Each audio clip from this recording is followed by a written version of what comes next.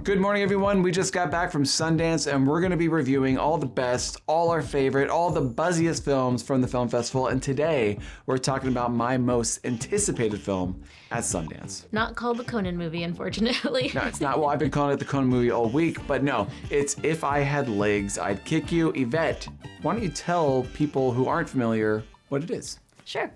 So this is from director Mary Bronstein with her second feature film. It stars Rose Byrne as a mother who is trying to navigate her daughter's illness while her world is basically crashing down on her. And yes, Conan O'Brien, he's in this movie. He acts in this movie. I know for me, hearing A24, Conan, Rose Byrne, that combination sounded so interesting. I had to see this movie, and this movie really wasn't what I was expecting at all. But I really enjoyed, well, I don't know if enjoyed is the right descriptive word, but it was a very anxiety-filled ride, and I'll just say it was a very intense and impactful experience. Yeah, it's being compared to Night Bitch in its themes involving and surrounding motherhood. I've heard it compared to Uncut Gems as well when it's describing that immense pressure that the film puts you through. Yeah, the film I kept thinking about was Darren Aronofsky's Mother. If I Had Legs feels more like a nightmare than real life.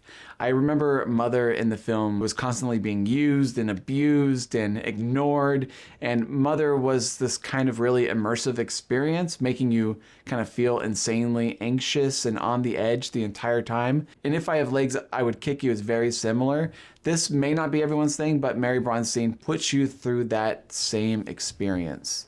Yeah, it may not be the most enjoyable movie to watch, but the filmmaker definitely accomplishes, I think, exactly what she set out to do. A large part of how she accomplishes this is greatly due to how it's shot. There's a lot of tight close-ups. Oh yeah, absolutely. Oftentimes it feels like you can't escape. It's like, the only way I can describe it is claustrophobic. It's often so tight on Rose Byrne's face that you feel trapped in with this main character. Also, she makes a lot of great choices with the sound design. Similar to Mother, it's an attack on all of your senses. And there's a lot of attention to sound design that builds that tension and suspense and chaos. Yeah. There's also a really interesting choice in the fact that we never fully see the daughter throughout the film. She's off screen the entire time, and she's this main source of stress that's being piled up on this character. The film tells the story entirely through the mother's perspective, Linda, played by Rose Byrne. Through her perspective, we're able to experience all of the chaos that she's experiencing. Byrne does such an amazing job portraying all of these complex, heavy emotions.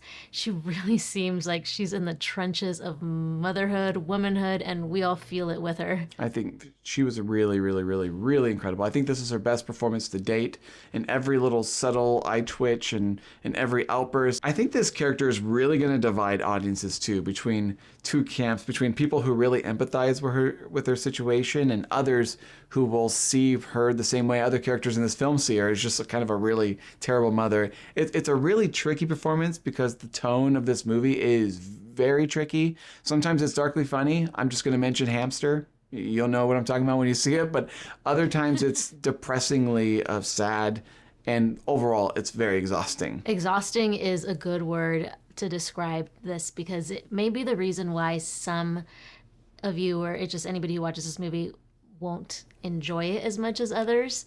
But one thing that was not exhausting and added some really fun levity is Conan's performance. Would you not agree? Oh man, we have to talk about Conan. Coco O'Brien. When I heard Conan was in this movie, I assumed he would be designated to a small role, perhaps a comedic only role. He has a rather sizable role, and I was really impressed in how he easily fit into this strange vision as the movie progressed. He is funny.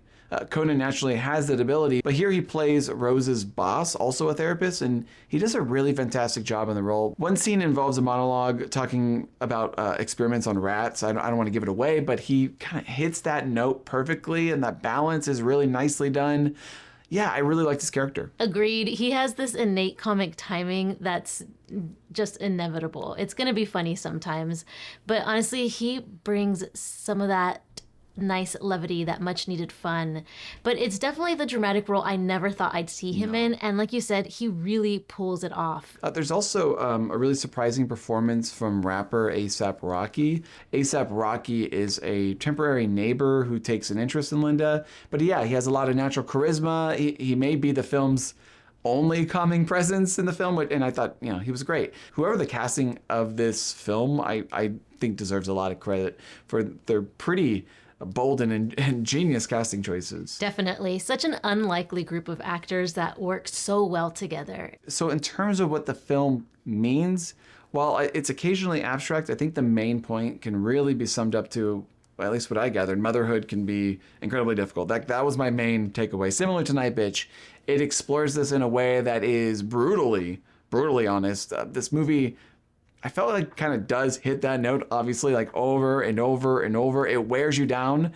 In the film, there's a mention of a mother on the news who had a mental breakdown and killed their child. This movie, I think, puts you in the headspace of a mother who's on the brink of madness because of this insurmountable pressure and unaddressed trauma that she has that's just continuing to pound down on her. I kind of trauma or psychological or hormonal imbalances, perhaps.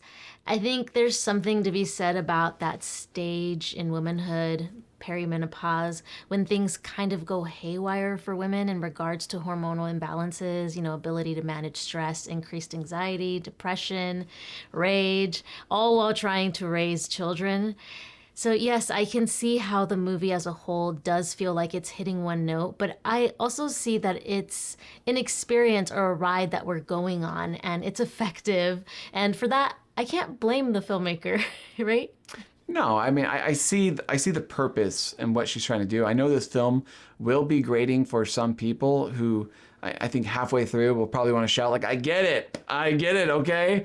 Her life is hard. However, like you said, the filmmaker wants you to experience motherhood through Linda's perspective. It's a movie where you truly do feel like you're experiencing it firsthand because the filmmaking is so immersive, and ultimately the film left me really rattled. And it's a film that I found that it was really tough to shake after seeing it, and I believe that was the intention. Is there anything else that stood out to you specifically about the film? Not really. I mean, there's a common motif surrounding holes. Others seem to mend, fix easily. But for Linda, like filling those holes is so impossible. And I found that to be a very interesting metaphor. That's just one thing. Yeah, that was a really interesting, almost subliminal messaging that was happening throughout. But we'll leave that up to you to decipher when you give it a watch, as to not give too much away. Yeah, ultimately, this was one of my favorite films at Sundance. Yvette, what do you give the film? Agreed. It's one of the most anticipated films for sure, especially for Ryan, so much so that we were the first ones in line for this one. Not missing it. There was no way we were going to miss the Conan movie. We kept talking about it. Yeah, the night before, I know that some people couldn't get in, so I was not risking it. Yeah, we were the first ones in line. I honestly loved this film. It was right up my alley. I think I'm going for a 9 out of 10. Wow. Way to outcool me. I'm going to go with an 8 out of 10. But let us know what you thought about If Legs Could Kick You. I'm really interested to seeing how audiences are going to react to this film. I have an inkling it's going to definitely divide audiences, which is always exciting. I always like seeing the discourse. But yeah, let us know what you thought. We have more reviews from Sundance coming your way, so hit the subscribe button down below for more reviews. Follow us on Twitter, Instagram, links in the bio. Thanks always for watching. And until next time, we'll see you at Sundance. And the Oscars.